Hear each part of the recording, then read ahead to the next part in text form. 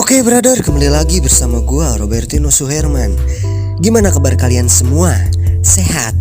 Masih sering chatan sama mantan?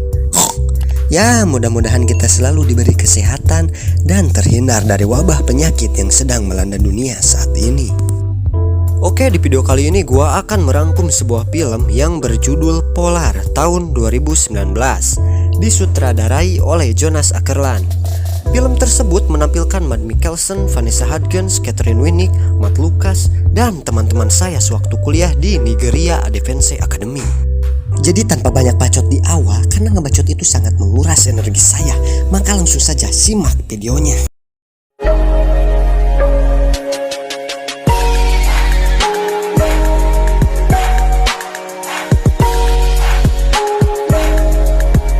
Di awal film kita akan langsung disuguhkan dengan adegan 18+. Seorang pria yang sedang bersantui dengan perempuan yang bernama Cindy. Ini dia orangnya. Rupanya Cindy di situ terlihat tidak sendirian. Dari kejauhan ada Facundo, Hilde, dan Alexa.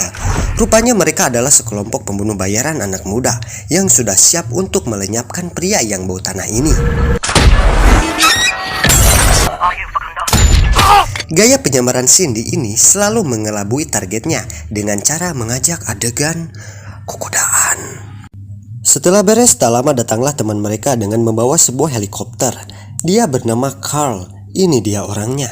Lalu mereka semua pergi dari tempat itu. Di sisi lain kita diperlihatkan dengan sosok pria yang sedang memeriksa kesehatannya di sebuah klinik. Dia bernama Duncan, ini dia orangnya. Duncan sudah mempunyai riwayat penyakit seperti paru-paru tertusuk, limpa hilang, dan sekarang ditambah meniskusnya yang patah. Setelah melakukan rongsen, ternyata terdapat logam yang tertanam dalam tubuhnya. Namun, Duncan enggan untuk mengeluarkan logam tersebut. Lalu Duncan mendatangi seorang pria tua untuk mengurus masa pensiunnya, yang dimana Duncan dalam waktu 14 hari lagi dia akan pensiun dari profesinya yang menjadi seorang pembunuh bayaran. Di sisi lain kita diperlihatkan dengan sosok wanita yang bernama Vivian. Ini dia orangnya. Vivian menerima telepon dari Duncan. Vivian ingin bertemu dengan Duncan di tempat yang sudah dijanjikan. Namun kita diperlihatkan dengan perilaku Duncan yang tidak biasa. Setiap kali Duncan menelepon dari seseorang, Duncan selalu mematahkan dan membuang SIM cardnya, lalu digantikan dengan yang baru. Tibalah mereka berdua yang sudah dijanjikan. Vivian menyuruh Duncan untuk melenyapkan seorang yang ada di Rusia. Awalnya Duncan menolak, akan tetapi Vivian menegaskan bahwa masa pensiun Duncan belum tiba. Tanpa banyak bacot, Duncan pun langsung pergi begitu saja.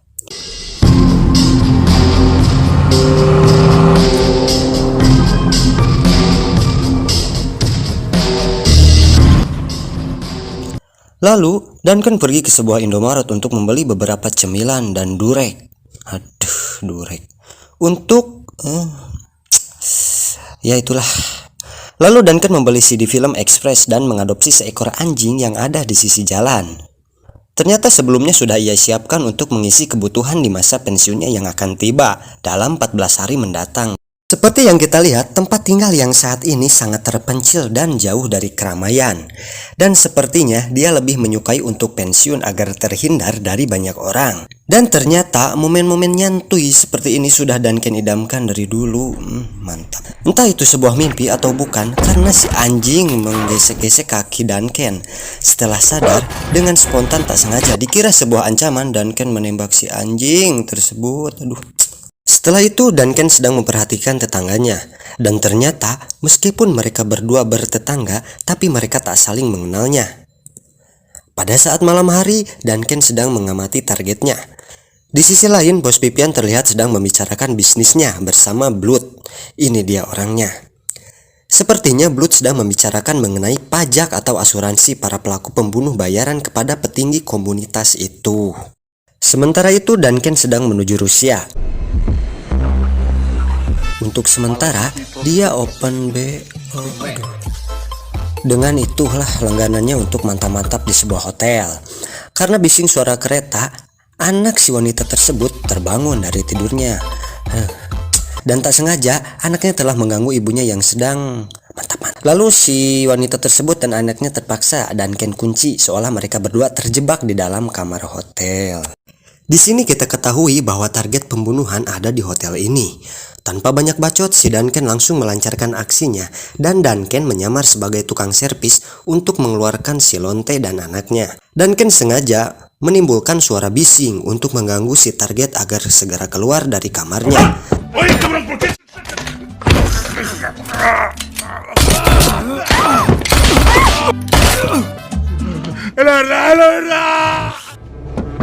Setelah beres, mereka bertiga langsung cabut dari hotel itu. Di sisi lain, Vivian menemui Blood untuk segera melunasi upah atas apa yang telah Duncan laksanakan tadi. Blood sedikit pelit dan akan menghemat pengeluarannya.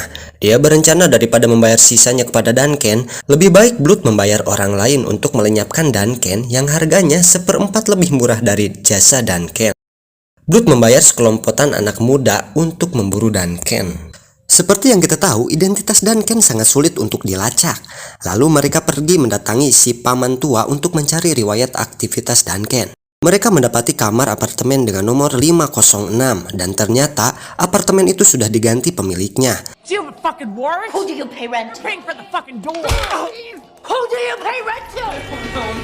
Lanjut ke lokasi berikutnya, namun sayang sekali Duncan sudah pindah dari tempat tersebut. Sementara Duncan tak sengaja bertemu tetangganya. Lalu mereka berdua saling ngobrol-ngobrol santuy. Wanita itu menanyakan pekerjaan Duncan. Lalu Duncan menjawab, "Sekarang aku pensiun. Dulu aku bekerja di pabrik martabak di berbagai negara." Wanita itu lalu bertanya, "Kalau kau sering berpergian ke berbagai negara, maukah kau bekerja sebagai guru TK?" Di sisi lain, sekelompokan anak muda masih memburu tempat tinggal Duncan. Namun lagi-lagi sudah beda pemiliknya. Kita lanjut ke Duncan. Keesokan harinya Duncan menyetujui tawaran tetangga itu untuk mengajar di sekolah TK.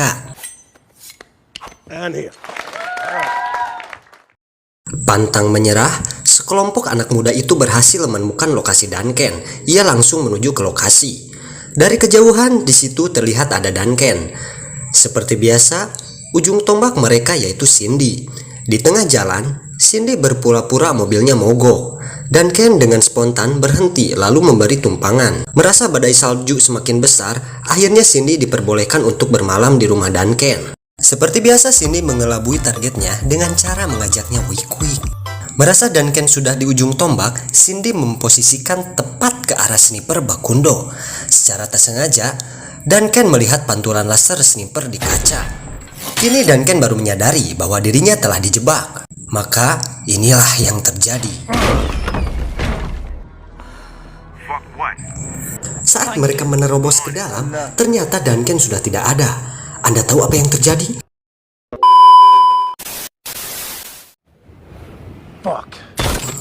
Ya, dengan gaya diam ala-ala John Wick, ternyata Duncan sudah berada di belakang Bakundo.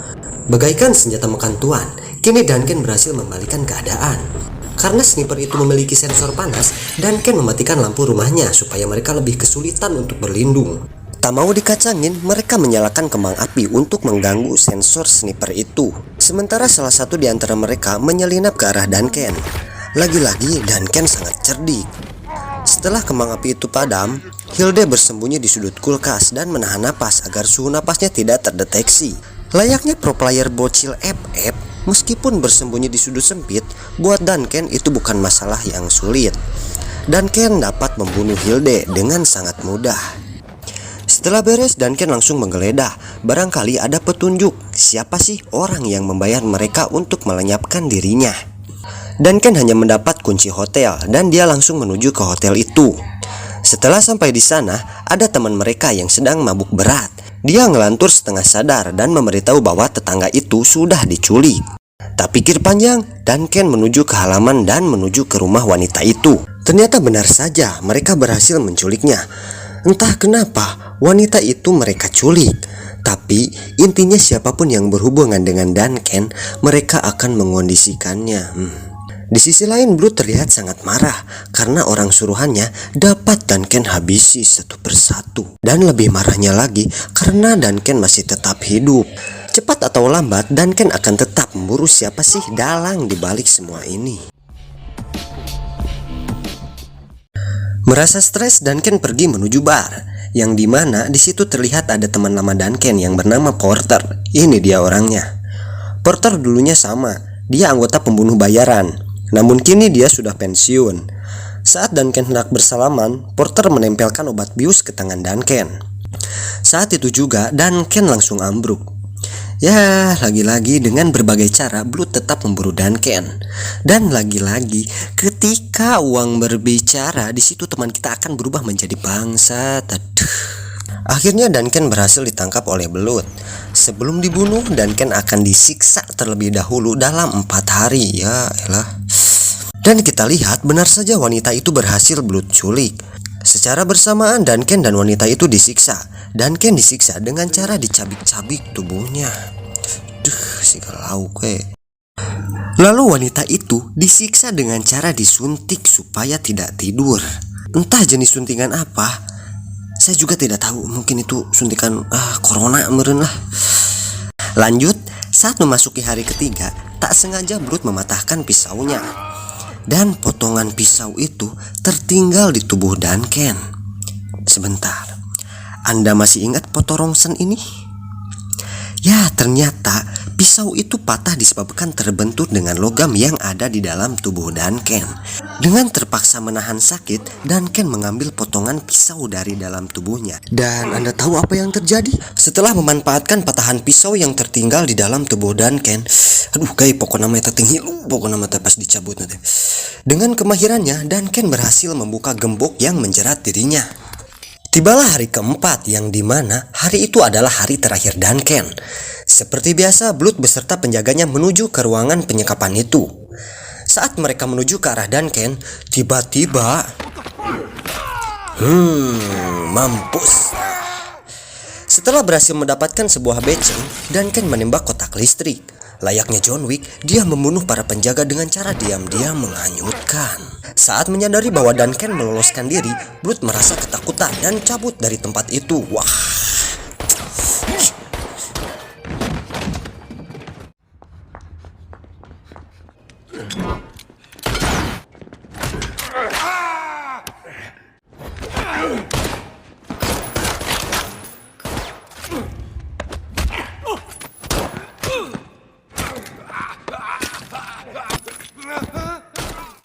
Dan layaknya solo PS Squad, buat Duncan sih itu bukan masalah. Lalu Duncan berhasil menghabisi semua para penjaga. Setelah dari tempat itu, Duncan menuju ke temannya yang bernama Jasmine. Ini dia orangnya. Duncan meminjam sebuah ponsel untuk menghubungi Pipian. Di sana terlihat para komplotan Blood sudah siap untuk menemui babak baru dengan Duncan. Duncan meminta perjanjian, yang dimana Duncan rela mati di tangan mereka. Tetapi dengan syarat, yaitu mereka harus melepaskan Carmilla.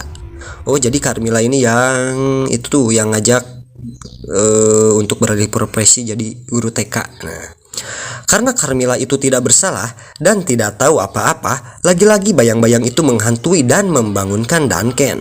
Setelah bangun, tubuh Duncan sudah seperti mumi yang penuh dengan perban. Ternyata itu semua berkat kawan sejatinya, yaitu Jasmine. Jasmine mengobati Duncan dan membalut luka cabikan itu. Di situ terlihat salah satu mata Duncan tidak berfungsi lagi, karena semua itu adalah perbuatan Blood. Yang kesebelen. Seperti yang kita lihat, ternyata markas Jasmine bukan kaleng-kaleng tentunya. Di sana terdapat senjata paket lengkap ada di markas Jasmine. Dan Jasmine tahu betul kondisi Duncan saat ini masih lemah. Sangat mustahil jika Duncan harus bekerja keras untuk membasmi komplotan Blood. Maka tak lupa, Jasmine pun memperkenalkan senjata baru ala-ala Iron Man yang rasanya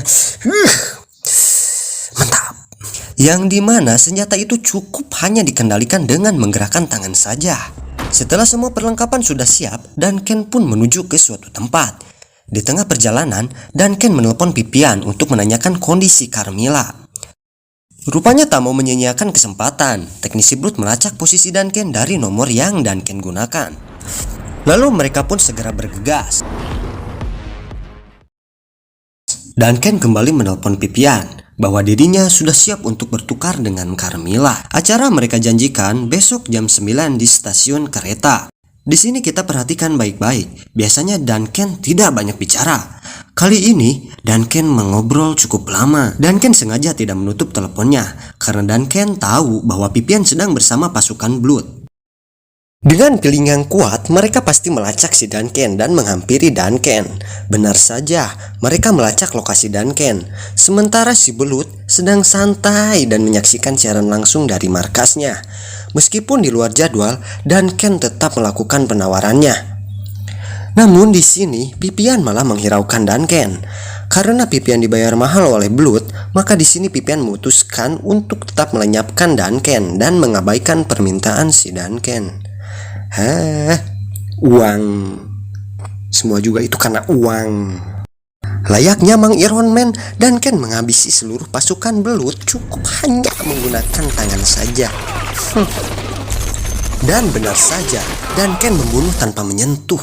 Sontak di situ Belut pun tercengang melihat aksi Duncan yang seperti odading Mang Oleh. Ya elah. Oh, si Mang Iron Man.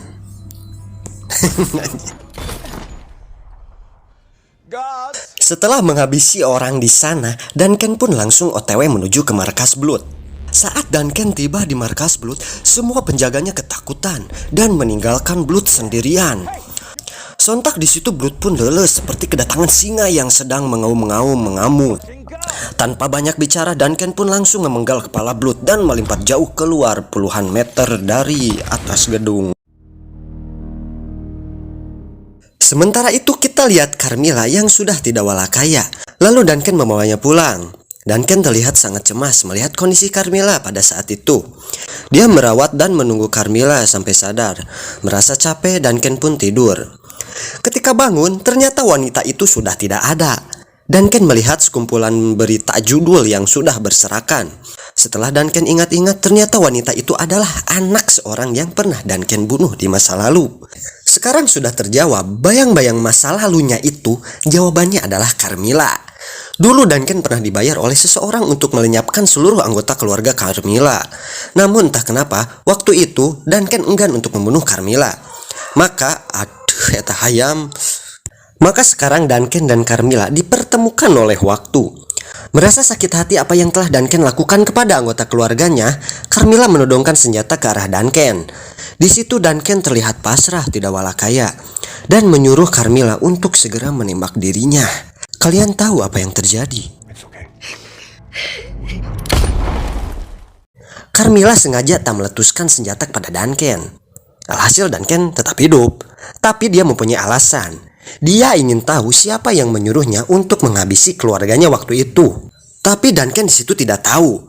Dia hanya menjalankan perintah dan hanya menerima bayaran saja. Carmilla menuntut balik kepada Duncan untuk mencari tahu siapa orang yang telah membunuh keluarganya itu.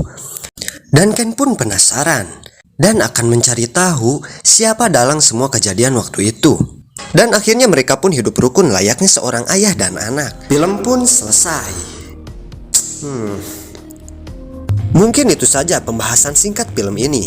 Tapi menurut riset tim Allmovie yang beranggotakan tak terhitung, 80% bakal ada kelanjutan dari film ini. Soalnya pas di akhir cerita, Carmilla menuntut balik kepada Duncan untuk mencari tahu siapa orang yang telah membunuh keluarganya itu.